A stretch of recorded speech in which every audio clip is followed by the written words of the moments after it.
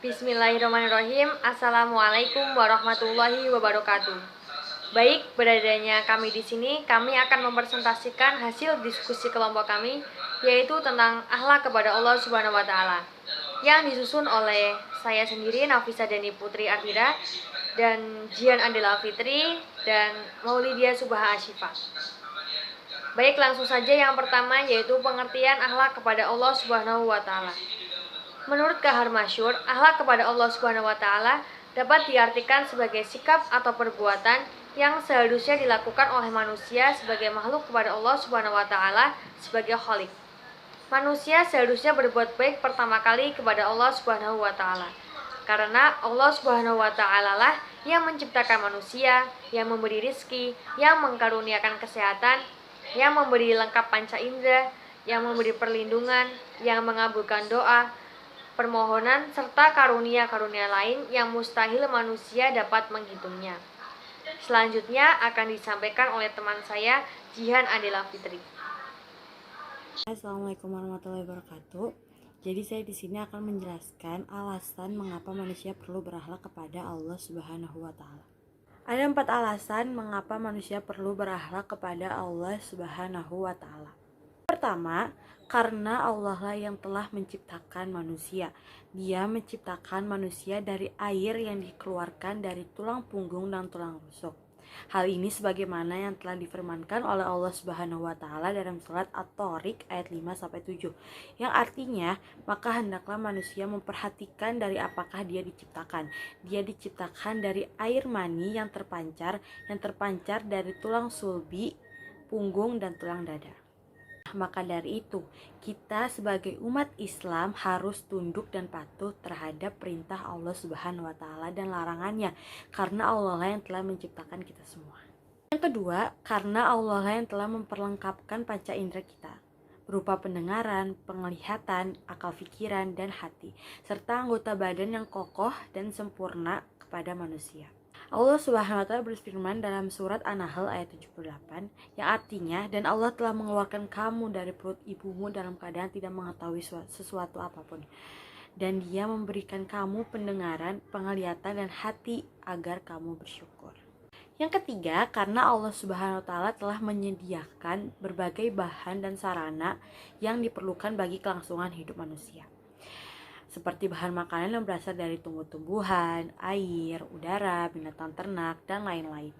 Firman Allah Subhanahu wa taala dalam surat Al-Jasiyah ayat 12-13, yang artinya, Allah lah yang menundukkan laut untukmu agar kapal-kapal dapat berlayar di atasnya dengan perintahnya, dan agar kamu bersyukur.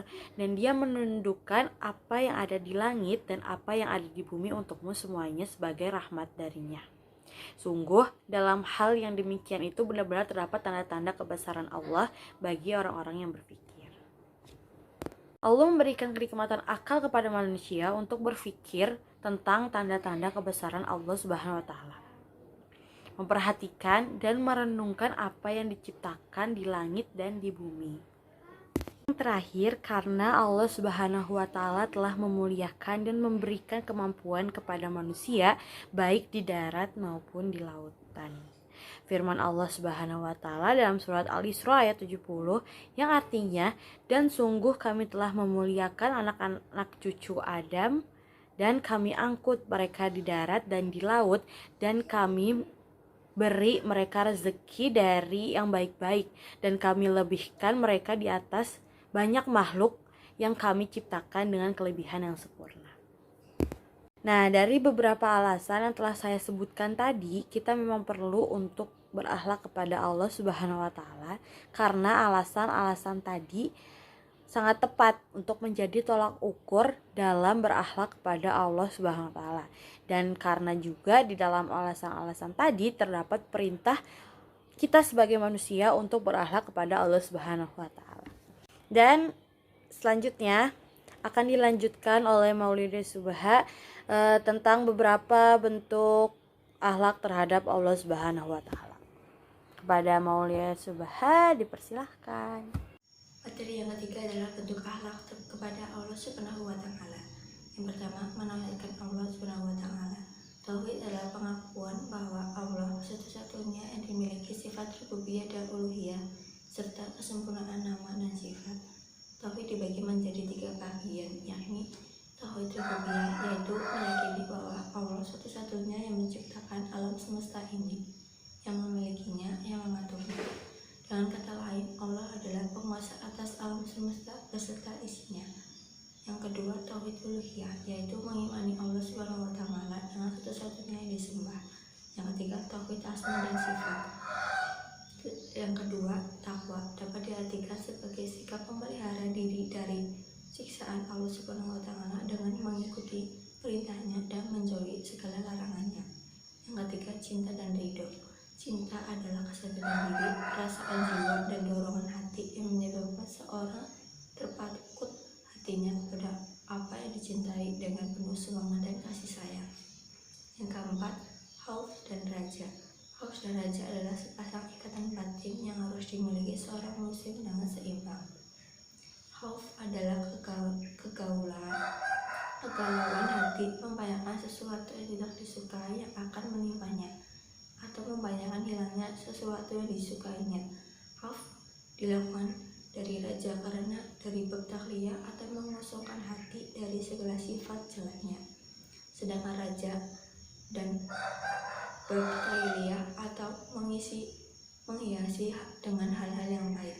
Raja atau harapan adalah memautkan hati dari sesuatu yang disukai pada masa yang akan datang.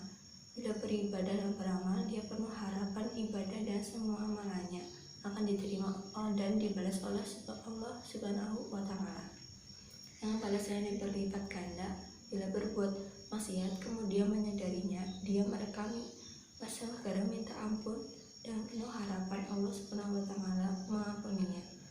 Yang kelima, berbaik sangka atau disebut dengan husnuzon.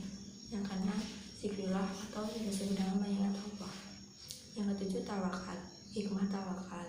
Pertama, sikap tawakal dapat bermanfaat sekali untuk menebalkan ketegangan batin. Orang yang berusaha dan sungguh-sungguh dengan perencanaannya yang matang ternyata masih berhasil, dia akan putus asa dan menganggapnya sebagai musibah. Yang kedua, tawakal memberikan rasa kepercayaan diri kepada seseorang untuk menghadapi masa depan. Yang penting berusaha dengan sekuat tenaga dan menyerah hasil sepenuhnya kepada Allah. Yang pertama, bersyukur. Yang kedua, muraqabah. Apa itu muraqabah? Yang disebut muraqabah adalah kesadaran seorang muslim bahwa ia selalu dalam pengawasan Allah Subhanahu wa taala. Muhasabah, kesadaran akan pengawasan Allah Subhanahu wa taala akan mendorong seorang muslim untuk melakukan muhasabah atau yang disebut dengan evaluasi terhadap amal perbuatannya, tingkah laku dan sikap batinnya sendiri. Dalam ini, muraqabah berfungsi sebagai jalan menuju ke muhasabah. Yang ketiga, taubat. Sekian, terima kasih. Kurang lebihnya mohon maaf. Dari kelompok kami kurang lebihnya mohon maaf. Terima kasih. Wassalamualaikum warahmatullahi wabarakatuh.